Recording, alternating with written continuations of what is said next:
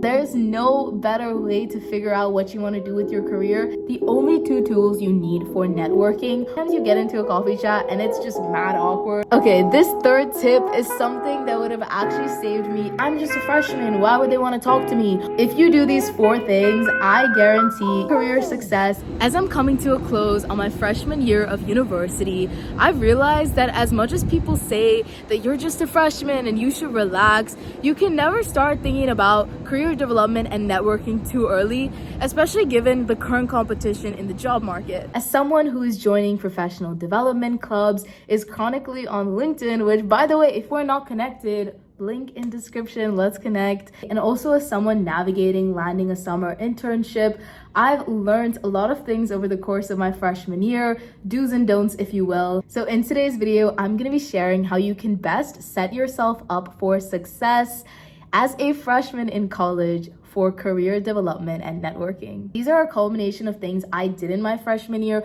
which have really helped me out, and also some things I wish I didn't do. And in making this video, I'm specifically addressing careers that are well known for being hard to break into, such as high finance, product management, and tech. Number 1, everybody's favorite, yet is oftentimes overcomplicated, networking. Guys, just go talk to people. It's not that deep, I promise. I've seen networking get so overcomplicated with people sharing templates and networking questions.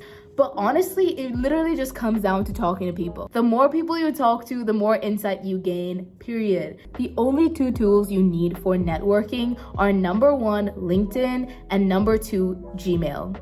That's it, guys. That's all you need. The key to networking is to not overthink it, guys. There is really no perfect formula or template. It's something that you learn as you go.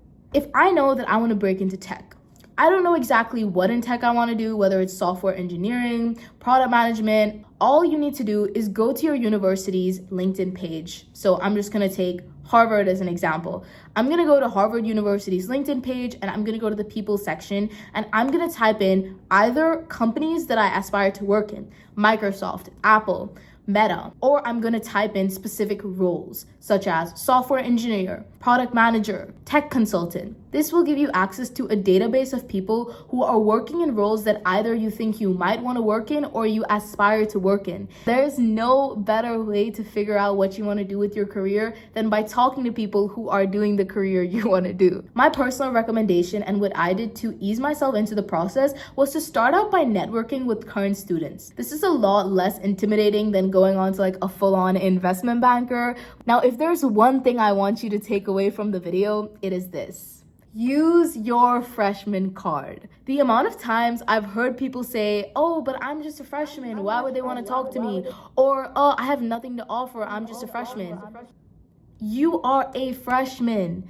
Do you know how much power that holds? As a freshman, we do not really have as many ulterior motives as a sophomore or junior might have. We don't want a referral. We don't want something in return. We just want to talk to you and learn about your life and your journey, and people love talking about themselves. So instead of seeing being a freshman as a negative or something that doesn't really help you, I want you to start seeing it as your superpower. How I went about this was really just by being genuine, being like, hello, I'm Setu, I'm a freshman. I'm interested in doing a career in wealth management. I see you're doing wealth management or you recruited for it. Can you please tell me more about it? How'd you go about it, etc.? When you give a time limit to a person, they can tell that you're serious as opposed to just, oh, can we hop on a call? Can we chat?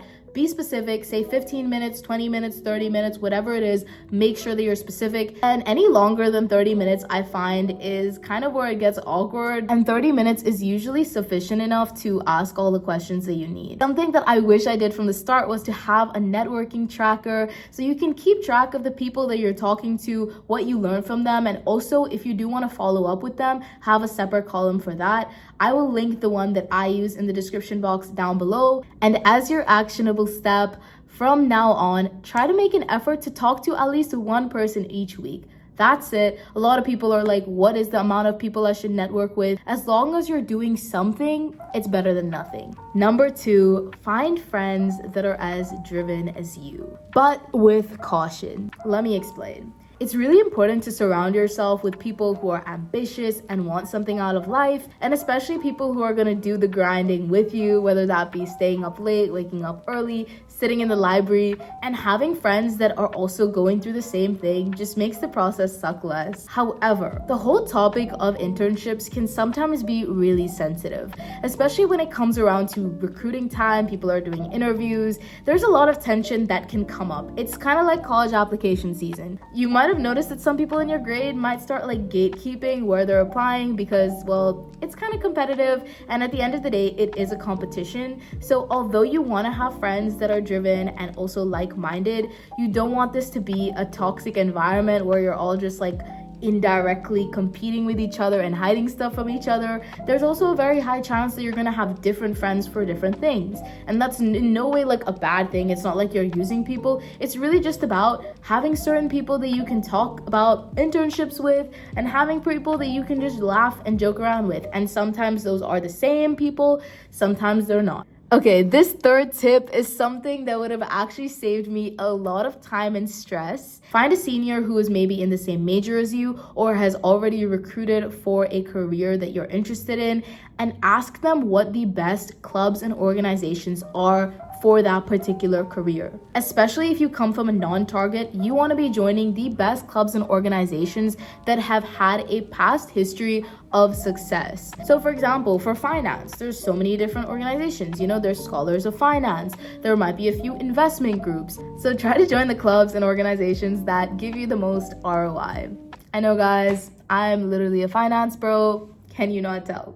I'm 6'5", I have blue eyes, and I have a trust fund. You are not the first person trying to get an internship, so please just go ask people who have already done it and learn from them. You do not need to reinvent the wheel. And finally, number 4, find a mentor. This is one that I genuinely struggled with, and I might make a video in the future about exactly how to go about finding a mentor. I used to think that you could ask people to be your mentor, and low-key, I did that a few times. And the reason that's not possible is because mentorship should stem from something organic, as opposed to the fact that you want things from them. But to give you guys a bit of insight, mentorship starts with networking. So you go on a coffee chat with somebody that you feel like you could connect with, again, somebody who's in a career that you want to be in, and you talk to them, right? And as you're having this conversation, you will kind of feel how your connection is at. The more you network, the more you'll understand this, but essentially sometimes you get into a coffee chat and it's just mad awkward, and it's like you're interrogating them. You're gonna ask questions, they're gonna give answers, and it's just gonna feel very fake. But there are gonna be those conversations where you'll get on the call or in person, you'll start talking, and the conversation will just flow naturally, and that is what you need to look for, because that's a sign of a potential mentor. When it comes to actually getting their mentorship, you need to remember 2 things. Firstly is the fact that you need them more than they need you. It's a simple fact. And secondly, if they're open to mentoring you, they'll usually mention it subtly. For example, at the end of the call, they might say, if you ever need anything, please feel free to reach out. That is a sign that they are open to further helping you in the future. Something that doesn't get talked about enough is it's simply not just, oh, this person is so successful and cool and they are willing to mentor me, but it's also about, do you connect with the person? It's really like a 2-way relationship. Yes, you're probably not adding as much value as they're adding for you, but you still want to vibe to some extent. It shouldn't just be like a bot ChatGPT relationship where you're like, oh, tell me how to do this, tell me how you did this. Like, you should have a mutual kind of commonality or understanding of each other that you can kind of bond over. Once again, I want to say, don't become career obsessed. Don't be that person that goes to a networking event, walks into a conversation, and immediately asks for everyone's LinkedIn. Career development is so much more than just getting a job or internship. It's really about growing as a person and learning more about yourself in the process. If you do these 4 things, I guarantee you will set yourself up for career success and just gain a lot more clarity on your future. Thank you so much for watching, and as always, make sure to treat people with kindness and make yourself a priority. Bye. Guys, I realized how goofy it looked with the red and the gray, but I have to show you guys my student Senate crew neck. Isn't this design so bomb? This is like the coolest school merch I've ever owned.